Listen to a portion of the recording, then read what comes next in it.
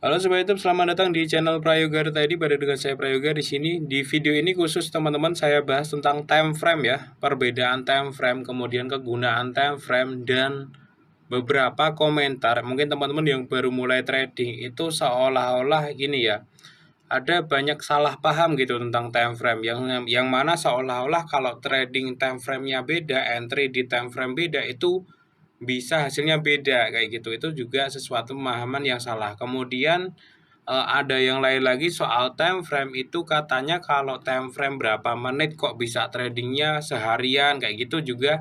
Itu juga pemahaman yang salah ya teman-teman. Oke, kita akan bahas lengkapnya pada video kali ini. Termasuk juga bagaimana memilih time frame terbaik untuk trading sesuai dengan gaya trading masing-masing. Nanti akan saya jelasin juga ke teman-teman kayak gitu ya. Tapi sebelum itu kita simak dulu teman-teman promo yang satu ini. Oke, untuk teman-teman yang mau trading forex jangan lupa sama broker XM ya. Dan kebetulan di XM sekarang itu sudah ada copy trading. Jadi kita itu bisa mengcopy dari para ahli strategi yang ada di broker XM. Caranya tinggal deposit lalu follow aja gitu. Nanti kita bisa mengikuti naik turunnya profit dan loss kita itu mengikuti trader yang kita ikutin seperti itu teman-teman.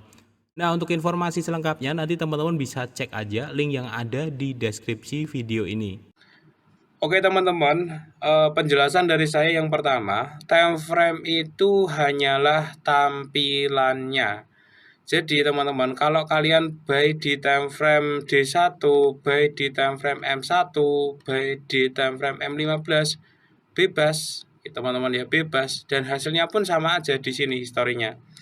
Ya, ini praktek di channel sebelah. Saya lagi bikin serial trading ya di channel saya yang baru. Ini dari 300 sudah jadi 374. Wih, malah curhat ini. Oke, jadi apa tadi? Time frame ini hanya tampilan ya, hanya tampilannya aja. Jadi kalau kalian mau entry di mana aja itu bebas ya, teman-teman. Oh, kadang kan harus ini ya, yang salah paham itu kan oh ya kalau analisa tuh di time frame D1 kalau entry-nya harus M15 enggak juga, Bro. Ngelihatnya maksudnya. Maksudnya itu ngelihatnya kalau entry-nya itu bebas dimanapun. Jadi M1 ya, M1 ini bedanya cuma satu candle ini itu adalah 1 menit teman-teman. Jadi sekarang kan jam 7.20 ya, nanti jam 7.21 tuh muncul candle di sebelahnya.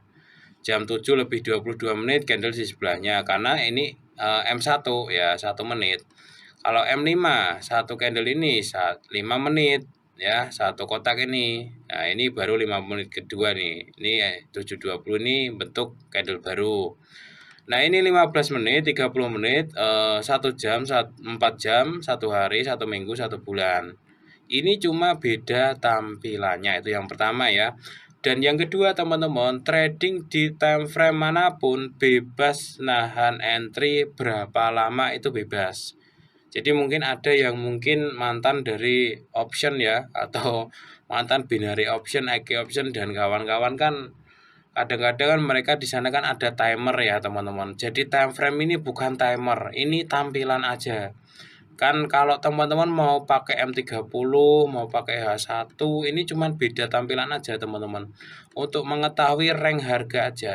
Jadi misalkan kalian trading sekalipun pakai H1, kalian mau trading sehari, 2 hari, 3 hari, ya bebas bro. Karena ini hanya tampilan aja. Ya kemarin kan ada yang tanya, bang itu pakai time frame kecil nyatanya bisa seharian tradingnya. Ya nggak masalah. Time frame itu kan hanya tampilan aja bro. Ya nggak ngaruh ke profit kalian, kemudian nggak ngaruh ke berapa lama kalian trading, nggak ngaruh. Nah di sini yang sekarang saya pengen tak bahas ya, yang pengen saya bahas adalah gaya trading dan analisa time frame yang digunakan.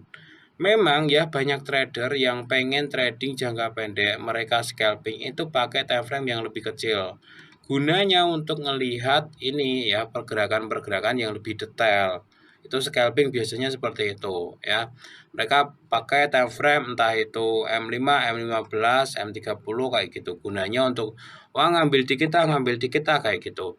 Yang ngambil dikit aja dilihat lebih detail di time frame kecil kayak gitu. Kan M15 ini teman-teman yang segini panjangnya, ini kan M15 yang segini panjangnya itu kalau di D1 itu cuman di bagian sini ini dikit nih cuilannya ini doang teman-teman. Ya di dalam sini doang kayak gitu. Ya. Makanya scalping tuh biasanya dia akan memilih time frame kecil. Tapi yang salah ketika scalping bukan salah juga sih. Tapi yang bahaya ketika scalping dia hanya membuka time frame kecil, itu bahaya. Bahayanya gimana? Ya kadang-kadang time frame kecilnya itu kelihatan dalam banget, tapi ternyata time frame gedenya tinggi banget, itu bisa. Jadi kalau mau scalping minimal cek di time frame gedenya D1 atau W1 kayak gini. Ya, ini kan D1-nya lagi naik nih gitu ya. W1-nya lagi naik misalkan. Nah, kalau mau scalping di M15 M5 bisa kita cari peluang naiknya aja gitu biar nggak bahaya. Nah, misalkan di M15 tuh tunggu turun gitu ya, nyari sideway-nya, enter buy, naik dikit tutup, itu kan scalping kan. Nah, itu kalau scalping meskipun pakai time frame M5, M15, M30, usahakan lihat time frame gedenya biar kalian nggak kejebak. Karena kan time frame kecil kan cuma naik turun, sideway-nya tuh kelihatan semua. Nah, kalau nggak lihat time frame gede, takutnya kejebak. Time frame gedenya lagi istilahnya lagi sinyal buy misalkan di sini kan time frame gedenya, tapi di time frame kecilnya tuh buy-nya ini naik dikit nih di time frame gede.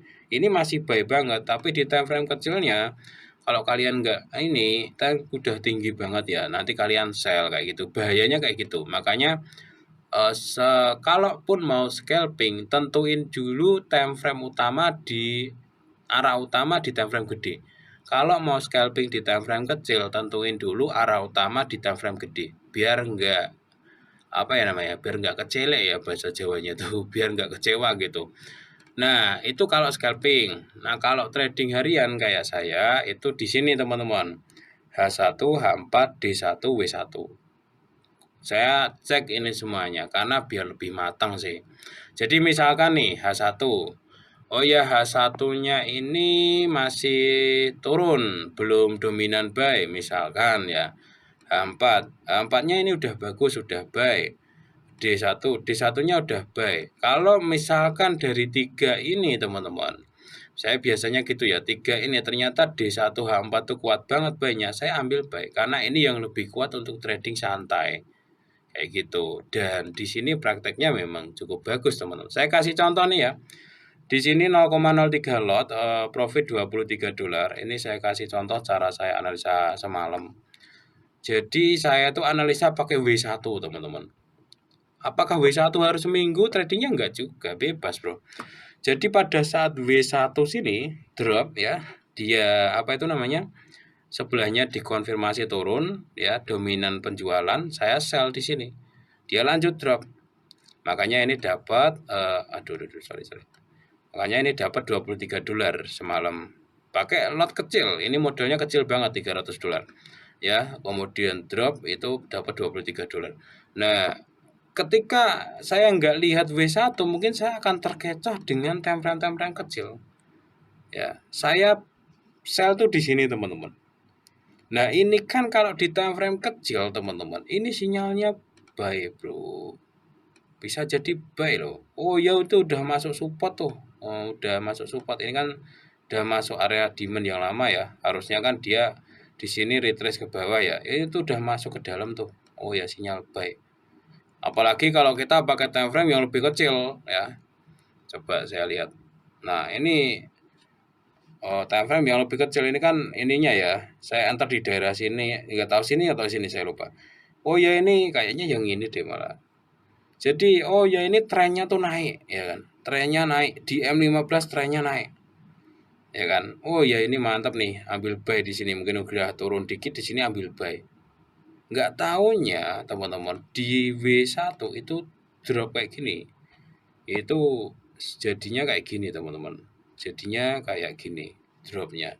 Oh, akhirnya tuh endingnya tuh begini karena ngikutin yang W1. Nah, makanya saya di sini profit $23 pakai lot kecil banget 0,03. Ya gara-gara ngikutin time frame gede gitu. Contohnya kayak gitu. Jadi kalau kita nggak lihat dulu time frame gede, itu bahaya. Itu yang pengen saya sampaikan ya. Nah, di sini kan time frame gedenya sinyal selnya bagus, setelah dia bentuk shooting star, penjualan gede sampai akhir market, ditutup di sini sebelahnya, minggu depannya itu dibuka turun. Ini sinyal selnya hidup, tapi kalau di time frame kecil sekali lagi sinyal B-nya hidup di sini. Ya, di daerah sini sinyal B-nya hidup. Bahayanya kalau nggak dicek time frame gede itu. Nah, masalah kalian mau entry di time frame mana aja, hasilnya sama aja. Contohnya ini nih, entry yang sekarang ya. Entry yang sekarang ini kan saya lihat di M5, ya sama aja. M5 sekarang lagi minus $1 karena baru banget tadi prakteknya. Kemudian H4 ya sama aja di situ. Di harga yang sama juga teman-teman ya. Ini pengetahuan dasar banget. Sekarang itu harganya bergerak 107234 di time frame H4 ya. Dia time frame yang lain juga sama. M15 107234 juga. Cuman kan habis gerakan barusan. Di M1 juga sama, 107232.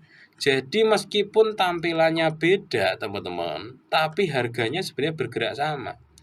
Cuma ya di H4 teman-teman, satu candle ini mewakili 4 candle H1 karena ini 4 jam gitu. Ya. Jadi candle 4 H1 4 biji di sini. Ya 4 biji di sini, ini kan H1 ya, 4 bijinya. Misalkan 4 biji ini ya, itu cuman jadi satu ini diringkas jadi ini, harganya sama. Jadi time frame itu cuman beda tampilan, cuman fungsinya adalah untuk melakukan analisa lebih maksimal ya dengan kita melihat rank-rank harganya kayak gitu teman-teman. Oke, sampai sini mudah-mudahan jelas ya untuk masalah time frame, dan apabila teman-teman ada pertanyaan, tanyakan aja di kolom komentar. Assalamualaikum warahmatullahi wabarakatuh.